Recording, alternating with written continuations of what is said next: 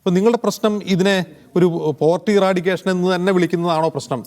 അതല്ല, ഇതിനെ ഇങ്ങനെ ഒരു ആഘോഷപൂർവ്വം നാളെ ഒരു കുറേ സെലിബ്രിറ്റികൾ പങ്കെടുക്കുന്ന ചടങ്ങാണ്, അതാണോ പ്രശ്നം? യഥാർത്ഥത്തിൽ ആ പ്രശ്നത്തിൻ്റെ മർമ്മം എന്താണ് നിങ്ങളുടെ? ശ്രീ അജിംസെ, ഞാൻ നേരത്തെ സൂചിപ്പിച്ചു, പ്രതിപക്ഷ നേതാവ് സൂചിപ്പിച്ചതുപോലെ ഈ പറയുന്ന ആളുകളെ, അതീവ ദരിദ്ര ആയ ആളുകളെ അവരെ മുക്തമാക്കുന്നതിനും ഞങ്ങൾ എതിരല്ല എന്ന് ഞങ്ങൾ പറഞ്ഞിട്ടുണ്ട്. പക്ഷേ ഇവർ പറഞ്ഞ കണക്കും മാനദണ്ഡവും അനുസരിച്ച് അത് ലോജിക്കൽ അല്ല എന്നുള്ളതാണ് ഞങ്ങളെ പ്രശ്നതാണ്. അപ്പോൾ ഇവർ പറയുന്ന 64,006 ആളുകൾ മാത്രമാണ് ഈ പറയുന്ന അതീവ ദരിദ്രരായിട്ടുള്ള ആളുകൾ എന്ന് പറയുമ്പോൾ നമ്മുടെ മുമ്പിലുള്ള കണക്ക് വ്യത്യസ്തമല്ലല്ലോ. 5,91,194 ആളുകൾ ഇവിടെ പരമദരിദ്രന്മാരായിട്ട് നിൽക്കുമ്പോൾ ആ മാനദണ്ഡത്തിൻ്റെ നിശ്ചയം എന്താണ് എന്ന ചോദ്യത്തിന് ഉത്തരം ഇവർ പറയണം. അന്നേരം അവർ പറയുന്നൊരു കാര്യം, ഞങ്ങൾ ചികിത്സ കൊടുത്തു. ചികിത്സ ഒരു കുടുംബത്തിന് ഒരാൾക്ക് ചികിത്സ കൊടുത്താൽ, ഈ പറയുന്ന കാറ്റഗറി തിരിച്ച് ചികിത്സ കൊടുത്താൽ അവരും ഇവരുടെ പ്രധാനപ്പെട്ട അതീവ ദരിദ്ര പട്ടികയിൽ നിന്ന് വരും എന്ന് മാറി എന്ന് പറയുമ്പോൾ അതിൻ്റെ ലോജിക് അതാണോ ഇത് കാര്യങ്ങൾ ഇവർ നിശ്ചയിക്കുന്നത്? അതോടൊപ്പം തന്നെ ഇവർ വീടിനെ കുറിച്ച് പറയാണ്. വീടിനെ കുറിച്ച് പറയുമ്പോൾ ലൈഫ് മിഷനിൽ 1,29,061 പേർക്ക് ഇനിയും വീട് കിട്ടാനുണ്ട്. അപ്പോൾ സ്വാഭാവിക വീടിൻ്റെ, അപ്പോൾ ഇത്രയും ആളുകൾ വരുമ്പോൾ വീട് ഒരു മാനദണ്ഡമായിരുന്നോ? വീട് മാനദണ്ഡമാക്കിയിട്ടാണോ ഇവർ ഇതിനകത്ത് പട്ടിക എടുത്തത്? അപ്പോൾ 64,000 മതിയാവുമോ? അതോടൊപ്പം തന്നെ ഇപ്പോൾ നിങ്ങളിവിടെ സൂചിപ്പിച്ചതുപോലെ തന്നെ ആദിവാസികളായി നിൽക്കുന്ന ആളുകൾ, ആ ആളുകളെ എത്ര ആയിരക്കണക്കിന് ആളുകൾ അവിടെ ഇനിയും ഇതുപോലെ ആനുകൂല്യം അവർ കിട്ടേണ്ടവരുണ്ട്. സ്വാഭാവികമായി ഈ കേരളത്തിലെ അട്ടപ്പാടിയിലെ മധു, ഈ കേരളത്തിൽ പിണറായി വിജയൻ എന്ന് പറയുന്ന കമ്മ്യൂണിസ്റ്റ് മുഖ്യമന്ത്രി ഭരിക്കുമ്പോൾ തന്നെയല്ലേ അദ്ദേഹം തല്ലിക്കൊല്ലപ്പെട്ടത്? എന്തിനാണെന്ന് ഈ നാട്ടിലെ ജനങ്ങൾക്കറിയാലോ. അവിടെയൊക്കെ സുഭിക്ഷമായ ഭക്ഷണം കഴിച്ചിട്ടാണോ? സുഭിക്ഷമായ ആരോഗ്യ സംവിധാനം ഉള്ളത് കൊണ്ടാണോ? ആ മേഖലയിൽ പ്രസവിച്ചാൽ പോലും വാഹനങ്ങൾ എത്താത്ത ആളുകൾ എത്രയോ സ്ഥലങ്ങൾ ഉണ്ടായതിൻ്റെ വാർത്തകൾ വന്നിട്ടില്ലേ? അരിവാൾ രോഗവും അതോടൊപ്പം തന്നെ അനീമിയ ഉൾപ്പെടെയുള്ള രോഗങ്ങൾ വന്ന് പോഷകാഹാര കുറവിന്റെ ഭാഗമായി എത്രയോ കുട്ടികൾ മരണപ്പെട്ടതുമായി ബന്ധപ്പെട്ട എത്ര ഫീച്ചറുകളും വാർത്തകളും വന്നിട്ടുണ്ട്. സ്വാഭാവികം അവരെയൊക്കെ അഡ്രസ് ചെയ്തിട്ടുണ്ടോ? ഗോപനും ഡോക്ടർ വിനീത വിജയനും സമ്മതിക്കുന്ന ഒരു കാര്യം, ഈ പറയുന്ന കാറ്റഗറിയിൽപ്പെട്ട ആളുകൾ ഇപ്പോഴും പദ്ധതിക്ക് പുറത്തുണ്ടാകാം എന്നുള്ളതാണ്. ഇല്ല എന്നല്ല അവർ പറയുന്നത്.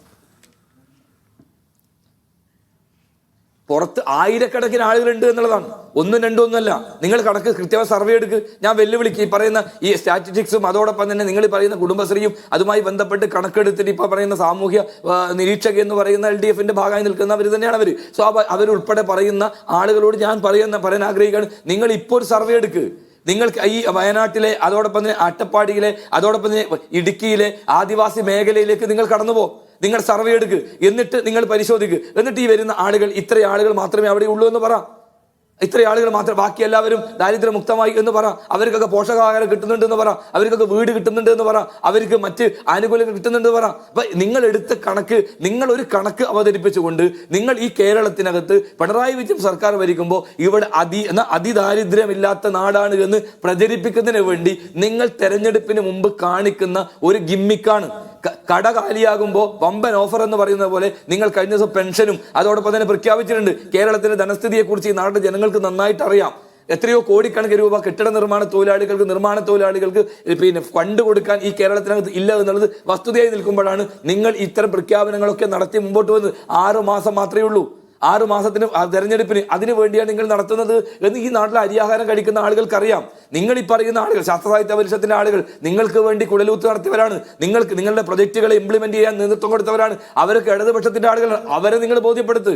അവരിപ്പോൾ നിങ്ങൾ പറയും ചാനൽ മുറികളിലും അതോടെ സെമിനാർ ഹാളിലും മാത്രമാണ് അവരെങ്കിൽ അവർ പറയുന്ന പല ന്യായങ്ങളെയും കാര്യങ്ങളും നിങ്ങൾ അംഗീകരിച്ചിട്ടില്ലേ? അപ്പൊ സ്വാഭാവികം അവർ നിങ്ങളുടെ കള്ളത്തരം ഉണ്ട് എന്ന് ബോധ്യപ്പെട്ടപ്പോഴാണ് അവർ പോലും നിങ്ങൾക്കെതിരായി നിലപാട് സ്വീകരിച്ചത്. അല്ലാതെ നിങ്ങൾ ഈ നാട്ടിനകത്ത് ഇത്തരത്തിലുള്ള ഒരു സുതാര്യമായിട്ടാണ് എല്ലാവരെയും ചേർത്തുകൊണ്ടാണ് നിങ്ങൾ നടത്തിയെന്ന് പറയുമ്പോൾ നിങ്ങൾ ഈ തെരഞ്ഞെടുപ്പിന് വേണ്ടി 5 ലക്ഷം, അതാണ് അങ്ങനെയാണെങ്കിൽ ഈ 5 ലക്ഷത്തിൽ പറയുന്ന 64,000 കഴിച്ച് ബാക്കി ആളുകൾ എല്ലാ സമ്പന്നമാണോ? അവർക്ക് എല്ലാ കാര്യങ്ങളും കിട്ടിയിട്ടുണ്ടോ? അവർക്ക് മരുന്ന് കിട്ടുന്നുണ്ടോ? അവർക്ക് മറ്റു കാര്യങ്ങൾ കിട്ടുന്നുണ്ടോ? നിങ്ങൾ പറയണ്ടേ? അവർ ഈ പറയുന്ന നിങ്ങൾ കൊടുത്ത നിങ്ങളുടെ മന്ത്രി നിയമസഭയിൽ പറഞ്ഞ കണക്ക് പ്രകാരം നിങ്ങളുടെ കൃത്യമായ അവലോകനത്തിന്റെ, കൃത്യമായ നിരീക്ഷണത്തിന്റെ, നിങ്ങളുടെ സർക്കാർ സംവിധാനം ഉപയോഗിച്ച് കണ്ടെത്തിയ കണക്കല്ലേ ഈ 5 ലക്ഷത്തി ആളുകളുടെ കണക്ക്. ആ കണക്ക് അവിടെ ഉണ്ടാകുമ്പോൾ നിങ്ങൾ സ്പെഷ്യലായിട്ട് നടത്തി ഇവരെ മാറ്റി വെച്ചുകൊണ്ട് ഞങ്ങൾ ഇത്തരം 64,000 ആളുകളെ കണ്ടു എന്ന് പറയുമ്പോൾ അവർക്കൊക്കെ എല്ലാ കാര്യങ്ങളും കിട്ടിയിട്ടുണ്ടോ എന്ന ചോദ്യമാണ്. അപ്പൊ ലക്ഷക്കണക്കിന് ആളുകൾ അവിടെ കിടക്കല്ലേ? അവരെപ്പോ അഡ്രസ് ചെയ്യും? അവരുടെ പ്രയാസങ്ങൾ എപ്പോ അഡ്രസ് ചെയ്യും? അത് നിങ്ങൾ പറയണ്ടേ? ശരി.